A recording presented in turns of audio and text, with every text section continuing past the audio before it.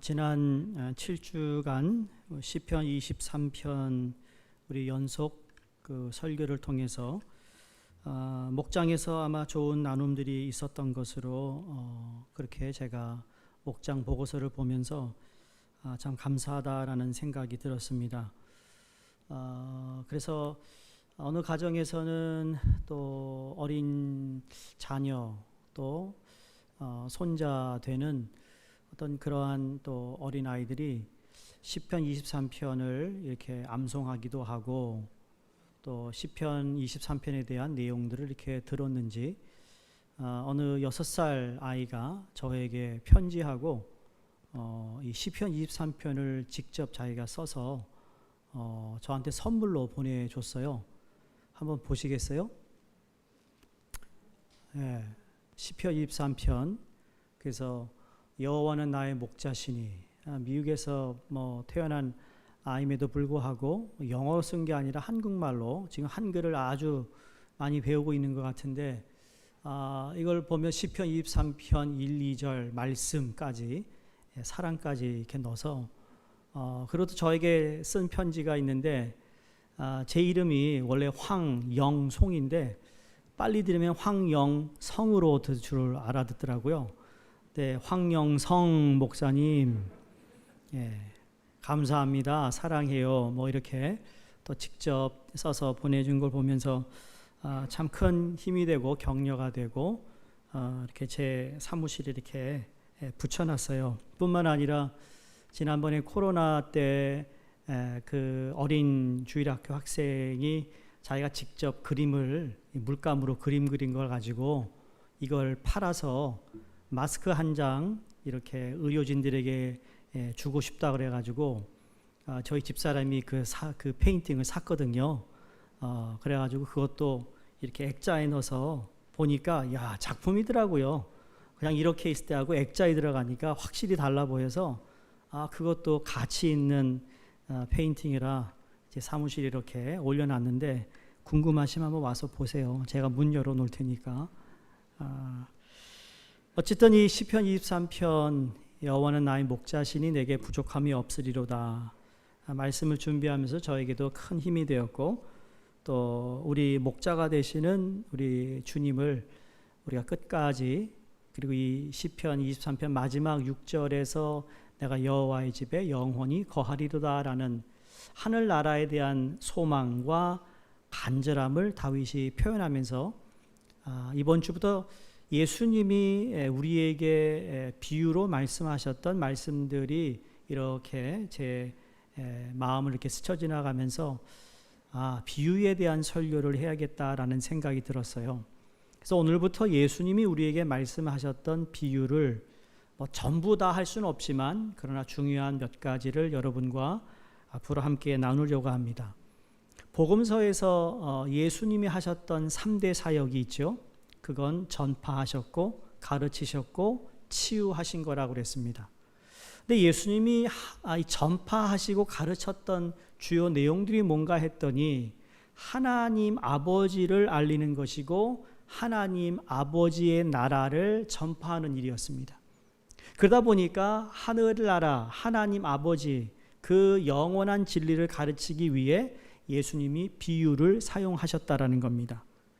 저희가 읽은 오늘 13장 10절에서 11절 13절을 보시면 예수님 비유에 관해서 이렇게 설명을 하세요. 제자들이 예수께 나와 이르되 어찌하여 그들에게 비유로 말씀하시나이까? 대답하여 이르시되 천국의 비밀을 아는 것이 너희에게 허락되었으나 그들에게는 아니 되었나니. 13절입니다. 내가 비유로 말하는 것은 그들이 보아도 보지 못하며 들어도 듣지 못하며 깨닫지 못함이니라. 그러니까 예수님의 비유는 어떻게 보면 들어야 할 사람들의 들어야 될 텐데 또 보아야 할 사람이 보아야 할 텐데 그렇지 못하니까 안타까운 마음으로 비유를 통해서라도 그들이 깨달을 수 있도록 하셨다라는 이야기예요. 그러니까 예수님의 비유, 이 비유라는 명칭이 붙여서 제시되고 있는 비유가 복음서에 한 30개가 나옵니다. 그런데 이 비유라고 명칭이 돼 있지 않는 내용상으로 비유인 것을 또 찾으라면 17개가 있어요. 그러니까 벌써 47개인데 그 외에도 이와 같이, 이것처럼, 이와 마치 이렇게 소개된 말씀들을 보면 거의 비유로 예수님이 설명하고 있음을 우리에게 알려줍니다. 그러면 솔직히 47개보다 훨씬 더 많은 비유를 통해 예수님이 가르치시고 전파하셨다라는 겁니다. 근데 예수님의 비유를 크게 세 가지로 구분할 수 있어요. 하나는 시화체입니다. 시화체란 그냥 그 당시 유대인의 풍습이나 환경을 자연스럽게 비유하는 비유입니다. 두 번째로는 이야기 화체입니다. 우리가 아는 그냥 과거에 있었던 특정한 사건을 언급하면서 거기에서 이야기를 통하여 주시는 비유가 있고, 마지막이 이제 예화체의 비유입니다.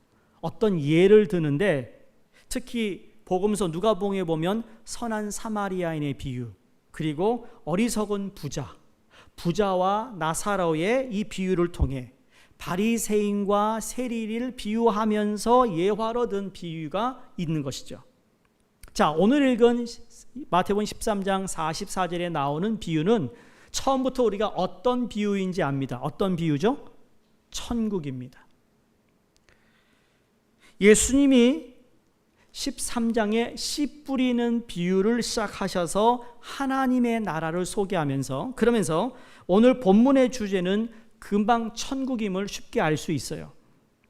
복음서를 대표하는 마태복음, 마가복음, 누가복음, 요한복음이 있는데요. 이 복음서에 같은 이야기를 기록하고 있지만 그 내용의 어떤 구체성을 보면 어떤 것은 이 복음서에 쓰지 않은 내용이 첨부되어 있는가 하면 어떤 복음서에서는 저쪽 복음서에서 기록된 내용들이 들어있지 않는 내용들이 있어요. 어떤 비유는 좀 더 길게 쓰고 어떤 비유는 짧게 쓴 내용들이 있습니다. 그 이유는 뭔가 하면 이 복음서를 듣는 그 당시에 복음서를 접하는 사람, 마태복음을 듣는 사람의 대상이 달랐고 마가복음, 누가복음을 듣는 대상이 달랐기 때문입니다. 한 예로 마태복음에서는 천국이라고 정확하게 하나님의 나라를 천국이라고 이야기해요. 그러나 마가복음, 누가복음에서는 천국이라고 하지 않고 하나님의 나라라고 명확하게 이야기합니다. 여러분, 천국, 하나님의 나라 또는 하늘나라는 천국을 의미하고 하나님 나라 다 똑같은 맥락에서 같은 것을 이야기합니다. 그런데 그 당시에 살았던 사람들은, 예를 들어 마태복음을 들어야 하는 유대인들은 천국이다 또 하나님의 나라다라는 것에 대하여 명확히 알고 있는 사람들이죠. 그래서 예수 그리스도의 족보가 마태복음 1장에 등장하는 이유는 예수님이 그만큼 그냥 이렇게 가난하고 별 볼 일 없는 집안에서 태어난 것이 아니라 뼈대에 있는 아브라함의 후손이라는 것을 명확하게 알리기 위해서 족보로 시작하잖아요. 거기에 비해서 마가복음, 누가복음은 그리스 사람 또는 로마 사람을 향하여 이방인들을 향한 복음서였어요. 그래서 천국에 대한 개념이 유태인들은 정확히 알고 있지만 하늘나라라는 그 컨셉은 솔직히 이방인들은 그들이 가지고 있는 하늘나라와 주님이 말하는 하늘나라의 차이가 있다라는 것을 명백히 알리기 위해 천국을 썼고 하나님 나라라고 사용을 했다라는 겁니다. 근데 우리는 이미 그것을 다 초월했지만 그러나 우리가 복음서를 읽고 그리고 복음서에 나오는 그 비유들을 생각할 때마다 이런 면에 조금씩 차이가 있다는 것을 알면 우리가 성경을 읽는데 또 하나님 나라에 대한 어떤 우리가 이해해야 하는 데에서 도움이 될 것 같아서 여러분에게 말씀을 드리는 겁니다. 결국 하나님의 나라를 하늘나라로 바꾸어 부를 수 있는 것, 또 오늘 본문에서 이것을 천국이라고 이야기하고 있습니다. 근데 여기서 조심해야 될 것은, 여러분, 하늘나라 그러면 예수를 믿지 않는 사람들도 하늘나라라는 그런 컨셉이 있잖아요. 그 하늘나라가 우리 성경에서 얘기하는 하늘나라와 다를 수 있기 때문에 천국, 하나님의 나라라는 이 언급이 너무나도 중요한 거예요. 여러분 친구 가운데 믿지 않는 사람들도 하늘나라가 있나? 하늘나라에 대한 생각이 있지만 여러분 그건 어떻게 보면 미신적인 그냥 어디서 전해 들어온 이야기를 통해서 하늘나라를 생각할 수 있어요. 그 사람의 하늘나라와 우리 기독교인이 믿고 있는 하느님의 나라는 다른 거라는 거죠. 그런 의미에서 천국은 예수님이 말씀하고 있습니다. 그 당시에 이방인이든 아니면 그 예루살렘 팔레스타인 지역에 살고 있는 사람들 가운데 정통 유대인이 아닌 경우에는 이 하늘나라에 대한 이 정의가 다 제각기였을 거라는 거죠. 그래서 예수님은 하나님의 나라를 전파하고 가르치는 일에 있어서 양보하지 않으셨어요. 그래서 천국은 마치 무엇과 같으니라고 말씀으로 시작하고 있습니다. 다시 말해 하나님 나라는 마치 무엇과 같으니라고 말씀하고 있다라는 겁니다. 오늘 읽은 13장의 문맥을 보면 그 뜻을 생각하면 오늘 본문에서 하나님의 나라는 여러분 그리스도 자신을 말씀하고 있음을 발견합니다. 좀 더 나아가서 그리스도께서 전하시는 그리스도 자신에 대한 복음, 곧 그리스도의 복음 자체가 하나님의 나라라는 이야기입니다. 자, 쉽게 말씀드릴게요. 우리가 예수 그리스도를 받아들이는 순간 하나님의 나라는 어디에 임합니까? 내 안에 임하는 겁니다. 믿으시죠? 우리가 죽으면 천국 간다, 맞는 이야기지만 예수 그리스도를 모시는 그 순간 하나님의 나라가 내 안에 임함으로 말미암아 이 땅에 살아가는 우리의 삶이 고달프고 힘들고 어렵다 할지라도 나는 여전히 하나님의 백성으로 그분의 다스림을 받으며 살아가고 있다는 것을 우리는 잊어서는 안 된다는 겁니다. 이 신앙을 가지고 있는 사람과 그렇지 않은 사람의 여러분 신앙 생활, 교회 생활의 삶은요 다를 수밖에 없어요. 얼굴에 나타나요. 삶의 모습에 나타난다니까요. 그러기에 복음이 임함이 곧 하나님의 나라의 임함입니다. 복음에 전파되는 것이 바로 하나님 나라가 확장되는 것입니다. 복음을 듣는 것이 하나님 나라를 만나는 것이고 복음을 받아들이는 것이 하나님의 나라에 들어가는 것입니다. 그 천국, 그 놀라운 축복의 천국 하나님 나라를 우리 주님께서 소개하시고 그곳에 임할 수 있는 길을 열어주신 것이지요. 근데 오늘 본문을 바로 해석하기 위해 오늘 이 비유를 이해하기 위해서는 예수님이 살고 계셨던 2000년 전 유대 나라, 유대 풍속으로 돌아가 그 역사적 배경을 좀 알아보면 더 쉽게 이해할 수 있으라 생각이 됩니다. 자, 예수님이 살고 있던 그 당시에도 정치가 있었고 법이 있었어요. 그런 말이 있죠. 법은 멀고 주먹은 가깝다라는 말이 있듯이 이 구석진 조그만한 마을에 물론 나라에서 정한 법이 있지만 그 법이 그 작은 먼 이 수도에서 먼 저 외진 곳까지 법의 영향을 또는 법의 보호를 받을 수 있었던 것은 아니었다라는 거예요. 지금 우리가 뉴욕의 대도시에 사니까 이게 얼마나 지켜야 할 법이 많습니까? 지키지 못할 때 우리가 티켓도 먹고 뭐 그 대가를 치르지만 정말 저 베어 마운틴 저 위에 올라가고 산골 저 깊은 산에 사는 사람 말이에요. 그 사람에게도 똑같이 법이 있지만 보호를 받을 수 있는 건 아니라는 거예요. 외딴 작은 마을이 있어서 정치나 법 따위는 있으나 마나 한 것이라는 거죠. 여기에서 그래서 가장 무서운 것이 뭐냐면 강도를 만나는 것이었어요. 강도를 만난다. 불안당과 마적대들이 한 번씩 휩쓰는 날에는 그냥 속수무책으로 당할 수밖에 없는 이러한 어려움 때문에 또 은행도 없는 당시에 사람들이 자기가 돈을 많이 벌어 재산이 생기면 어디다 묻었을까요? 땅을 파고 묻었다라는 거예요. 그건 옛날 우리나라에서도 많이 볼 수 있었던 풍속이잖아요. 이렇게 땅 속에 돈이 든 항아리를 묻어두고는 자기만 알고 있잖아요. 그래서 필요할 때는 몰래 가서 꺼내오고 그리고 다 덮어요. 또 돈이 생기면 거기다 또 돈을 또 넣어요. 그래가지고 아무도 몰라요. 혹시 여러분 아무도 모르는 삼짓돈이 있으세요? 여러분이 어디다 숨겨놓은 돈 있으세요? 그거 아무도 모르죠? 없으세요? 이 마스크를 쓰고 있으니 웃는 건지 이 호응을 하고 있는지 참 어렵네요. 있는 것 같아요. 여러분 보니까 말을 안 하는 거 보니까 분명히 있어. 어디 있어요? 그런 게 있는 거예요. 숨겨놓은 거예요. 아무도 몰라. 사랑하는 내 남편도 모르고 아내도 모르고 자식도 모르고 나만 알아. 자, 그렇게 묻어둔 돈이 있는 거죠. 근데 이 돈 항아리가 주인만 알잖아요. 나만 알잖아요.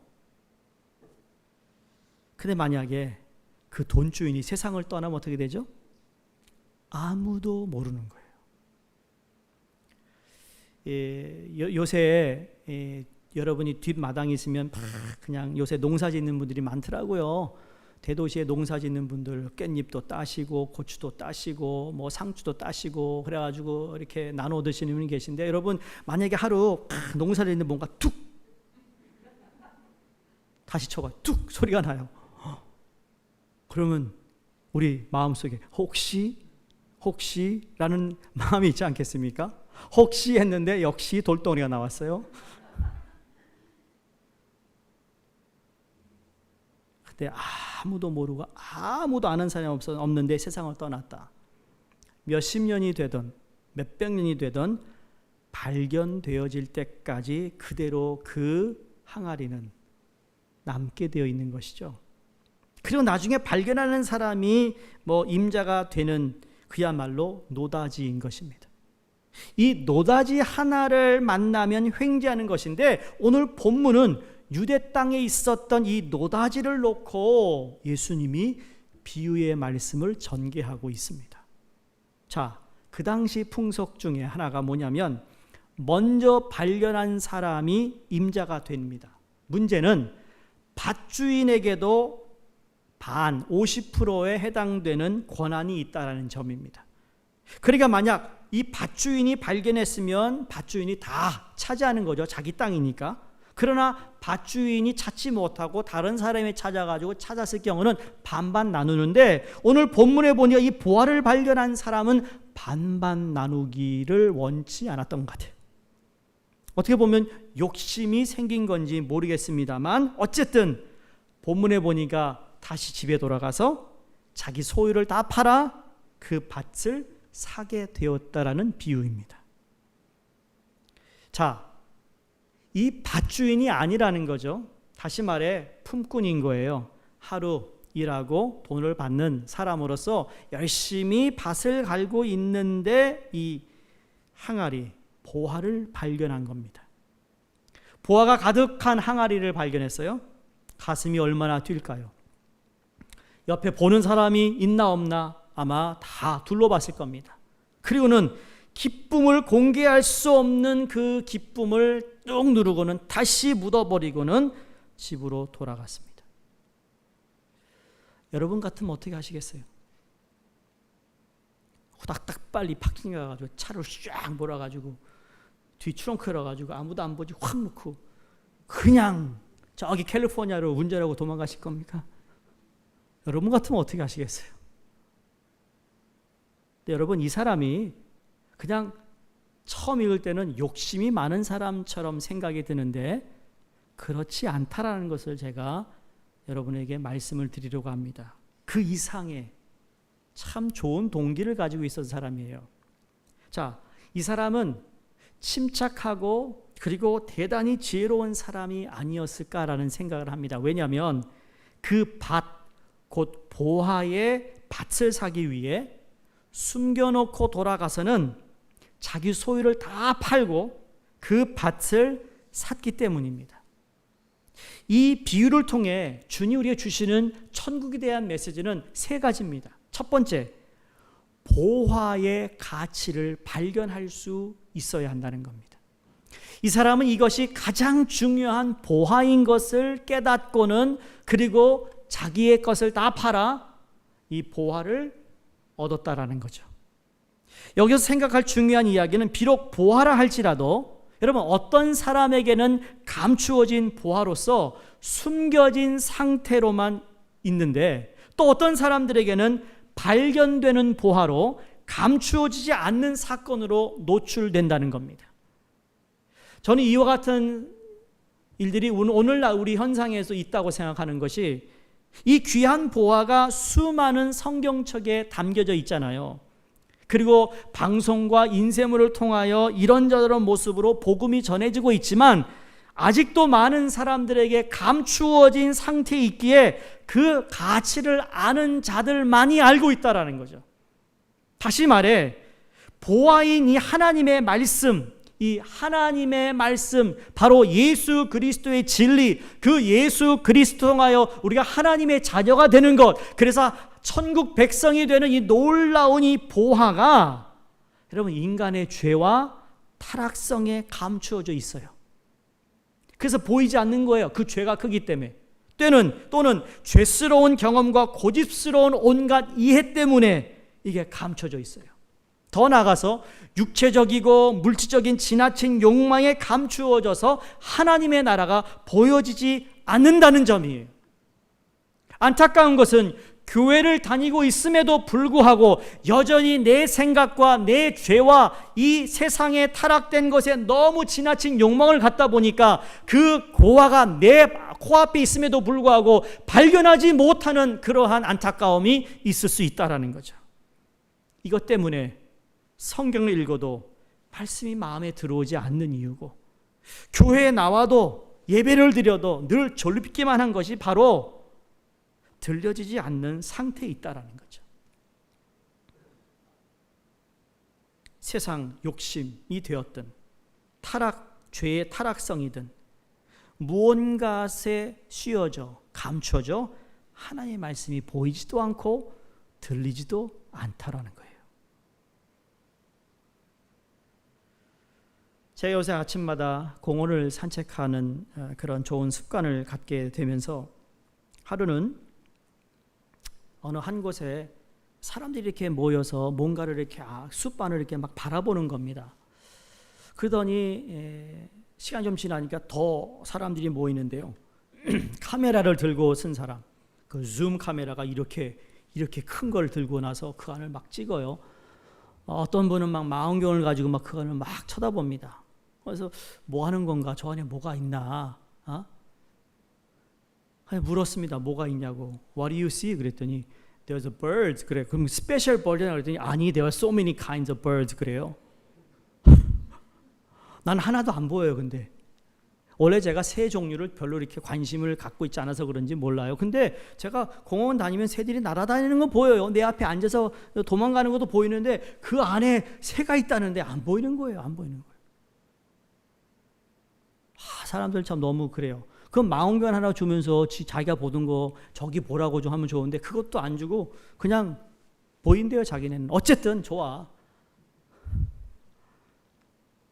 무슨 말씀을 드리냐면 이분들의 관심이 저 특유한 새들이 저 안에 있다는 것에 대한 마치 가치가 있는 것을 향하여 바라보고 있는 그들의 눈에는 그 새가 보이더라는 거예요.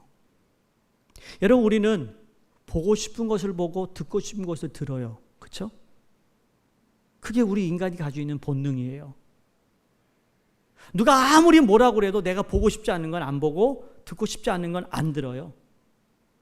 근데 오늘 주님께서 천국을 비유하면서 마치 보화를 보는 사람들, 그렇죠? 새가 그만큼 보하고 정말 중요한 것이라는 것을 이렇게 연구하고 찍어가면서 그렇게 웅성웅성거리는 그 사람들 눈에는 보이는데 보이지 않는 눈이 있는 것처럼 천국에 대한 이 값어치는 것을 주님께서 우리에게 소개하며 우리에게 말씀하시며 전파하시는 가운데 특히 예수를 믿는 우리로서 말이죠.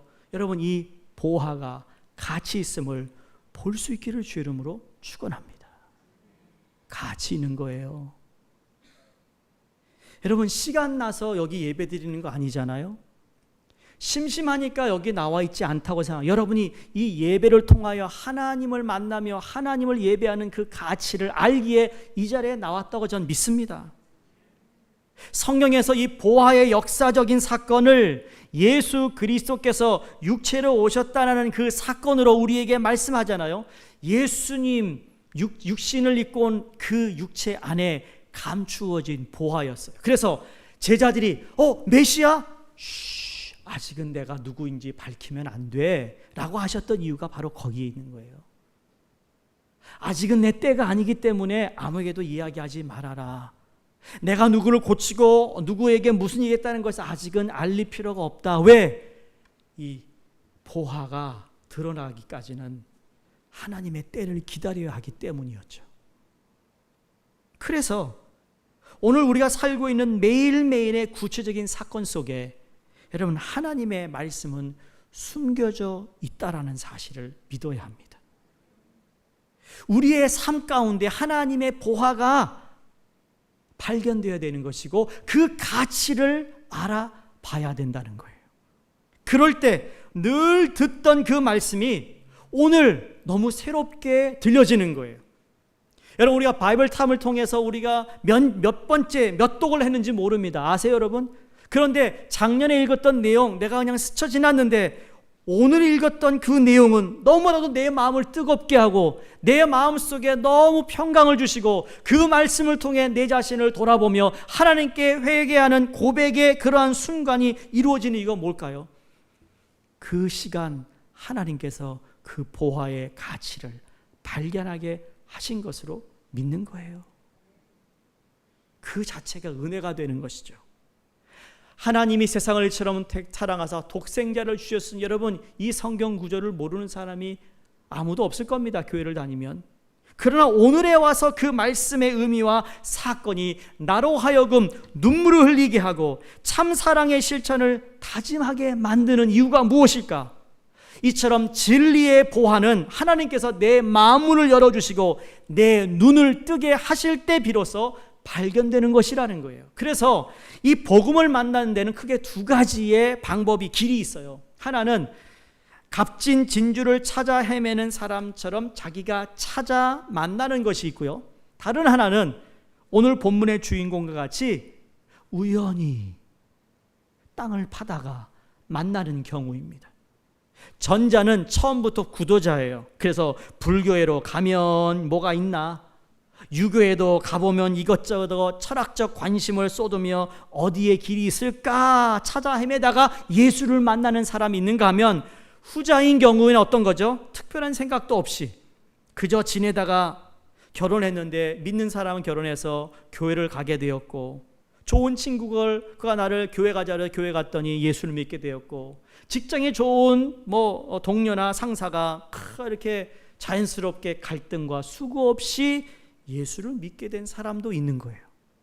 여러분 어느 쪽이세요? 나는 정말 있나 없나 찾다가 나 예수 믿는 사람. 여기 보니까 다 하나님이 그렇게 어려움 없이 예수를 믿게 하셨어요. 때로는 내 부모가 예수를 믿으니까 태어나니까 그냥 기독교 가정인 그런 가정 말이에요. 감사하셔야 되는 거예요. 그야말로 횡재죠. 그러나 내게는 그게 우연 같지만 하나님께서는 우연이 아니었다라는 사실입니다. 아예 하나님께는 우연이 없습니다. 다 아시고 계획하시는 하나님의 섭리 중에 그렇게 만나게 되었을 뿐이라는 겁니다. 자기로서는 아무런 의식이나 의도가 없었는데도 이렇게 되었다라는 말이죠. 별다른 생각 없이 그저 지난 날 그렇게 살아왔는데 보니까 내가 보화를 발견했고 보화의 가치를 깨닫고 있는 삶이 된 거예요. 이게 얼마나 횡재냐고요.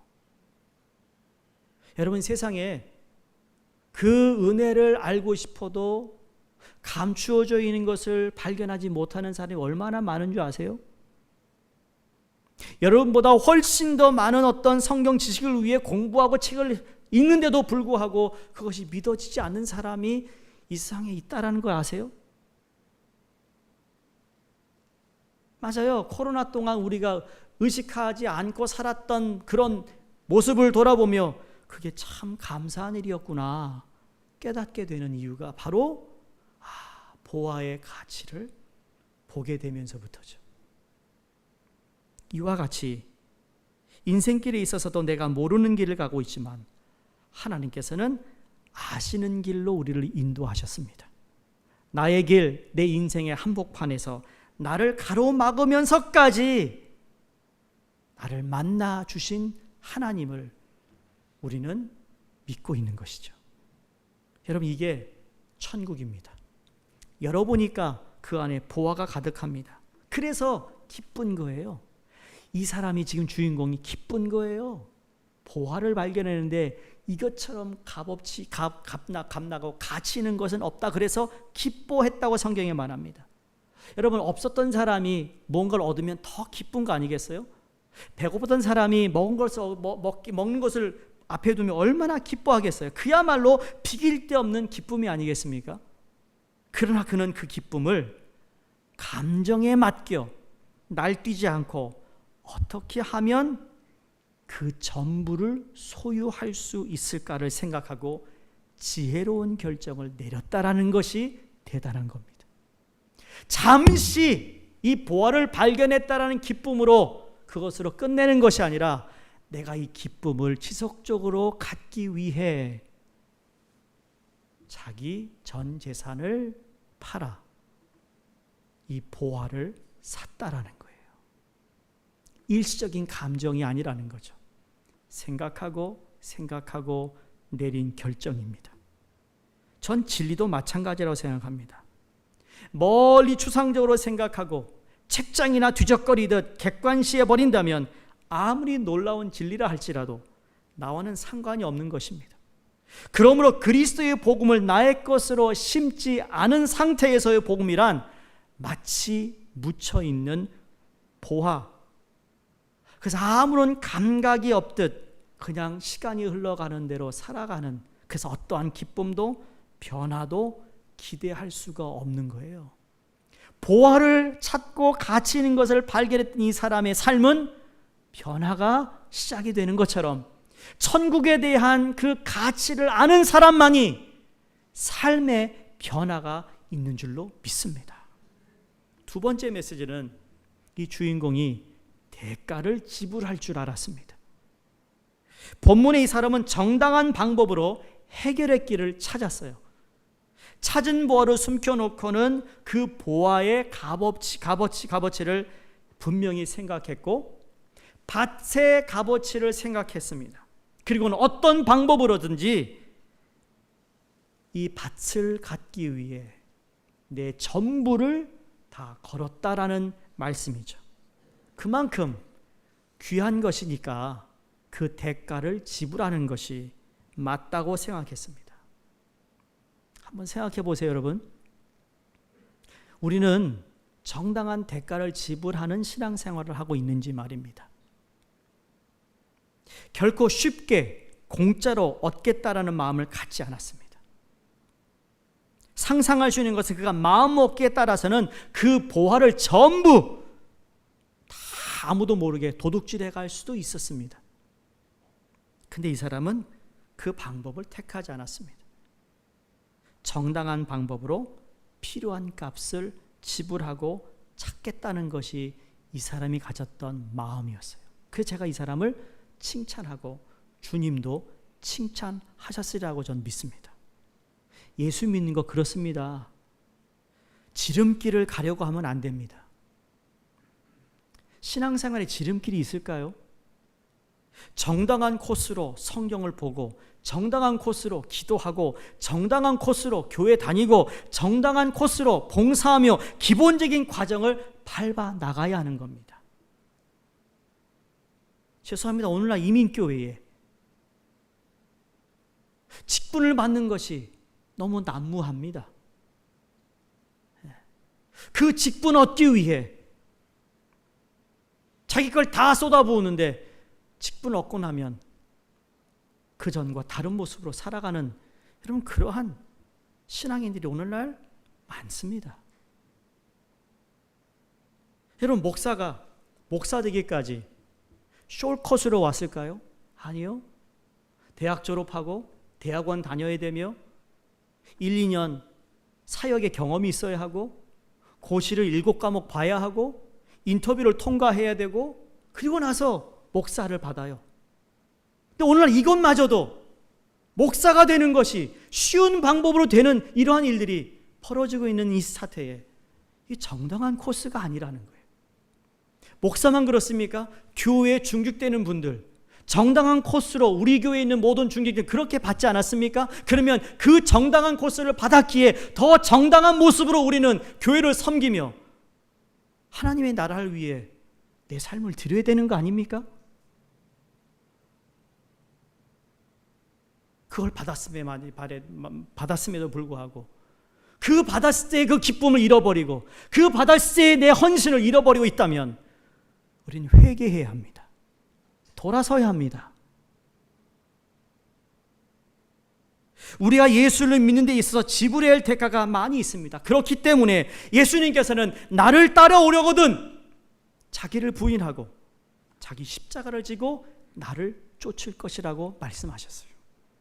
십자가의 대가를 지불해야 된다는 것이죠. 나를 부인하는 아픔을 감수하면서까지도 주님을 따라가야 된다는 말씀을 하고 있습니다. 아무렇게나 거저 얻는 식으로 그렇게 쉽게 생각할 문제가 아니라는 거죠. 이제 이 사람이 돌아가서 자기 소유를 다 팔았다고 했습니다. 이때 그는 이미 부자가 되어 있는 기분으로 버리는 것 다 팔아 치우면서도 마음에 한없이 기뻐했어요. 자기가 이 가치 있는 보화를 얻기 위해 내가 지금까지 무엇을 모았든지 내 소유를 다 파는 거에 대해서 아쉬워하지 않고 기뻐했다니까요. 이것이 예수 믿는 것입니다. 이것이 예수를 믿는다고 말할 수 있는 사람입니다. 부정을 위한 부정이 아니며 포기를 위한 포기가 아니라는 거예요. 진실로 영원한 긍정을 위한 부정이고 더 큰 소유를 얻기 위한 작은 포기일 뿐이라는 겁니다. 그렇기 때문에 이 포기가 결코 어려운 일이 아니었다라는 거죠. 구원의 주 예수를 발견하고 그 예수를 믿고 따르기 위하여 지불하는 희생, 그것은 아까운 것이 아닙니다. 여러분, 예수 그리스도를 믿고 하나님의 천국 백성이 된 것에 대한 그 값어치를 아는 사람은 여러분, 내가 주를 위하여 교회를 위하여 내가 시간을 드리고 물질을 드리고 무엇을 드리는 것이 결코 아까워할 수 없다라는 이야기예요. 무엇이니 다 팔아서 살만한 생명 그 자체인데 그것 앞에 아까울 것이 따로 무엇이겠느냐라는 거죠.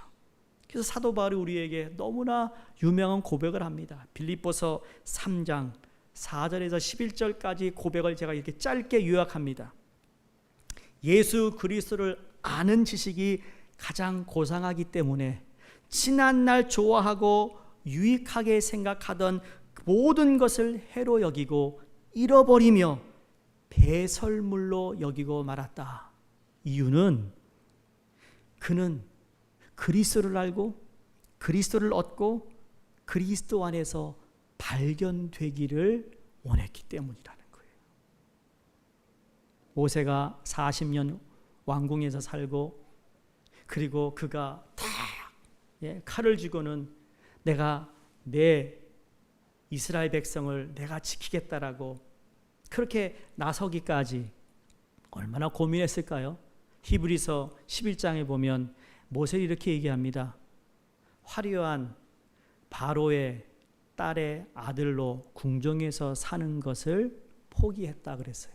그리고 지금 극심히 어렵고 힘들고 정말 어렵게 살아가는 이스라엘 백성들의 고난에 억지로 간 것이 아니라 자기가 자진해서 그 길을 택한 거예요. 왜? 천국의 가치를 알기 때문이에요. 보화의 가치를 알고 있는 사람만이 그런 결단을 할 수 있는 것이죠. 예수가 너무도 소중하고 너무도 귀하기 때문에 이것을 얻기 위해서라면 이전에 좋아하던 그 무엇이라도 다 버릴 수가 있다는 것입니다. 사랑하는 성도님들, 바로 그 가치를 알고 있다면 대가를 지불하는 일에 관해서 아쉬워하거나 안타까워하지 않기를 주의 이름으로 축원합니다. 이것이 복음 안에 사는 사람의 참 모습인 줄로 믿습니다. 비할 데 없는 천국의 가치가 이 모든 것을 가능케 한 것이죠. 그런데 유감스럽게도 예수 믿는 사람들에게는 둘 다 가지려는 경향이 없지 않아 있습니다. 세상도 쥐고 싶고 천국도 쥐고 싶고 도대체 어느 쪽으로 가야 할지 늘 갈팡질팡하죠. 누가 뭐래도 그럴 수는 없습니다. 천국의 그 놀라운 가치를 진정으로 깨달은 자에게는 이 모든 희생은 당연한 것으로 받아들여지기 때문이죠. 이런 의미에서 믿음이라는 건 하나의 힘입니다. 어떤 힘일까요?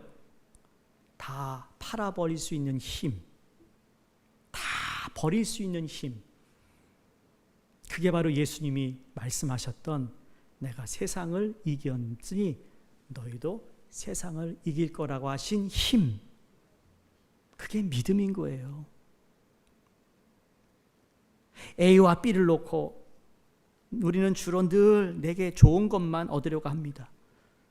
근데 이 천국의 가치를 생각하지 않고 내 눈에 보이는 대로 느껴지는 대로만 하려고 합니다. 그럴 때 믿음의 힘이 하나도 나타나지 않습니다. 근데 영원한 하나님 나라의 그 보화의 가치를 두고 결정할 때는요, 믿음이 됩니다. 그 힘은 아무도 이겨내지 못합니다. 그리고 하나도 후회 없이 안타까워하지 않고 기뻐하는 줄로 믿습니다. 마지막 세 번째 메시지는 보화와 관계된 모든 것을 이 사람은 중요시 했다라는 겁니다.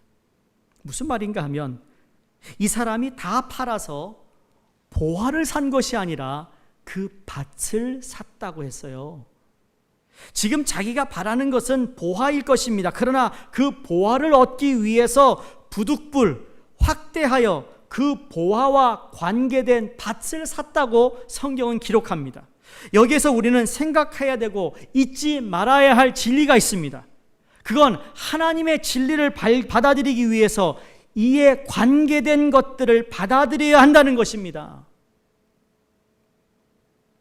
다시 말해 교회 생활을 사야 한다는 이야기예요. 때로는 교회 조직이나 예배 의식이나 행사나 뭐 등등 내 마음에 꼭 들지 않을 수도 있습니다. 다 내 마음에 드는 신앙생활이 어디 있고 그런 교회가 어디 있습니까? 그러나 교회 안에 말씀이 있고 복음이 있고 진리가 있기 때문에 일단은 교회 생활을 수긍하고 교회라고 하는 전체의 구조를 받아들이는 것도 필요하다는 이야기예요.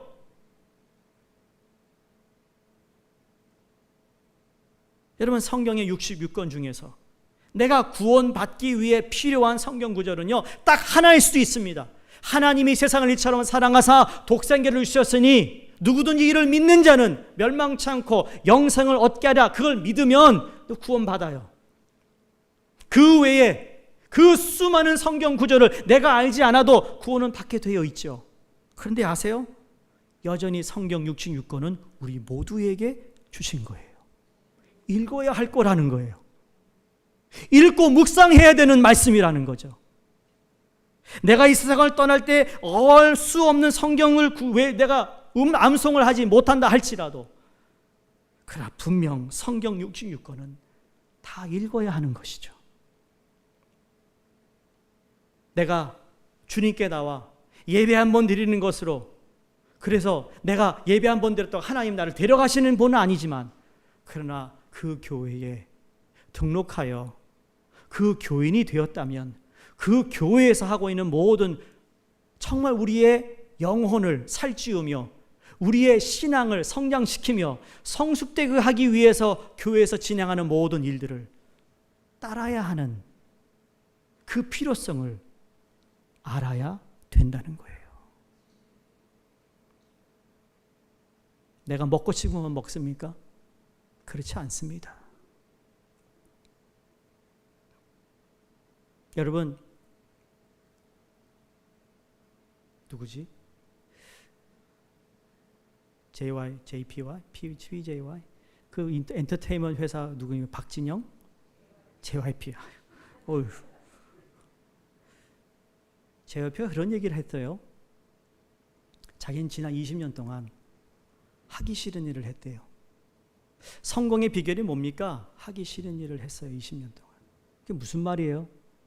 자기가 그냥 먹고 싶은 걸 먹으면 살이 찐대요. 그래서 일주일에 3일은 20시간 밥을 안 먹는데요. 너무 죽겠대요. 먹고 싶은 거 먹고 싶어가지고. 지금 50이 되어 가는데 여전히 아이돌 못지않게 자기가 춤추고 노래 부르고 하고 싶어서 20년 동안 자기가 발버둥을 쳤다라는 겁니다. 지금도 호리호리하고 지금도 춤을 잘 추고. 근데 거기에 제가 그래, 싫어하는 것을 하는 거구나. 여러분이 교회 생활하고 성경 기도하는 거 싫어한다고 생각하지 않지만, 그러나 그게 내게 너무 부담이 되는 거, 내가 별로 관심이 가지 않고 하고 싶지 않은, 여러분 그런 것을 해야 내 신앙이 성장되는 거예요. 교회 생활도 마찬가지고요. 여러분 이 점을 잊지 마시기 바랍니다. 밭을 사야 합니다. 보화만 사겠다고 하다가는 오히려 보화를 빼앗기게 됩니다.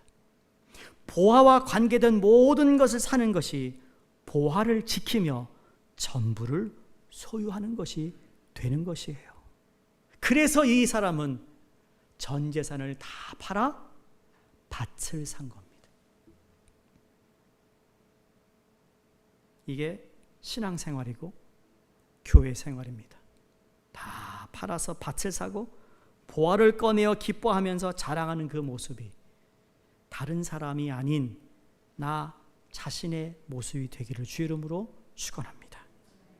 사랑하는 성도님들, 하나님의 말씀을 우리가 발견하고 그 예수 그리스도를 발견하고 하나님 나라를 발견하고 그 나라의 백성이 되며 나아가서 감히 하나님의 자녀가 되는 그 기쁨이란 그 무엇과도 비교할 수 없는, 바꿀 수 없는 엄청난 보화임을 다시 한번 깨달으며 이제 그러한 기쁨과 감격이 넘치는 믿음으로 오늘도 이 세상을 승리의 생활로 이끌어 나가게 하실 그 주님, 그 주님의 나라를 바라볼 수 있기를 주 이름으로 축원드립니다. 기도하겠습니다. 하나님 아버지 감사합니다. 천국은 마치 이 보화를 발견하고 밭을 사야만 했던 참 가치 있는 것임을 깨닫게 하여 주심을 감사합니다. 앞으로 우리의 삶이 그냥 내가 편한 대로 주를 믿고 교회에 가고 그렇게 사는 삶이 아니라 진정으로 천국에 대한 보화, 예수 그리스도 안에서 발견되는 보화에 하나님 우리가 더 관심을 가지고 살아가게 하여 주시옵소서. 예수님 이름으로 감사하며 기도드립니다. 아멘. 우리 함께 일어나 찬양합니다.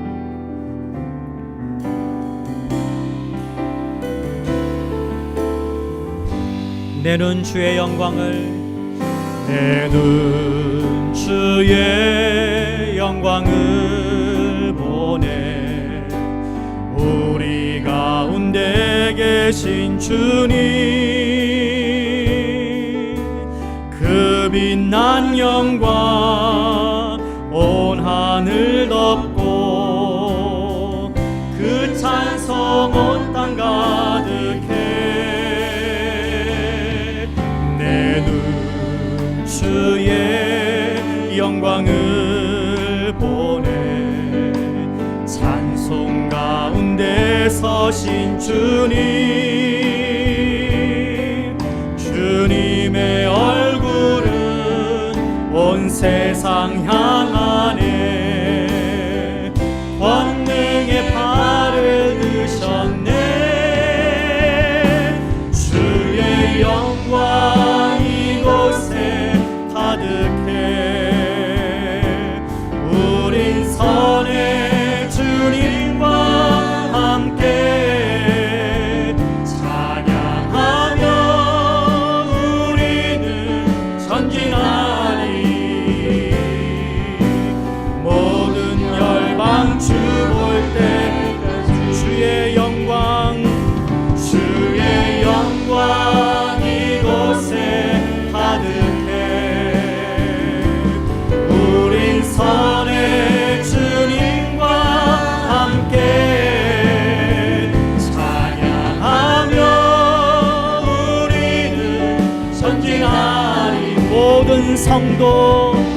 모든 성도 주 다시 한번 고백합니다. 주의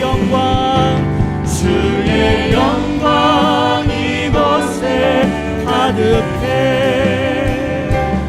우리 서는 주님과 함께 찬양하며 우리는 전진하리. 모든 열방 주 볼 때까지.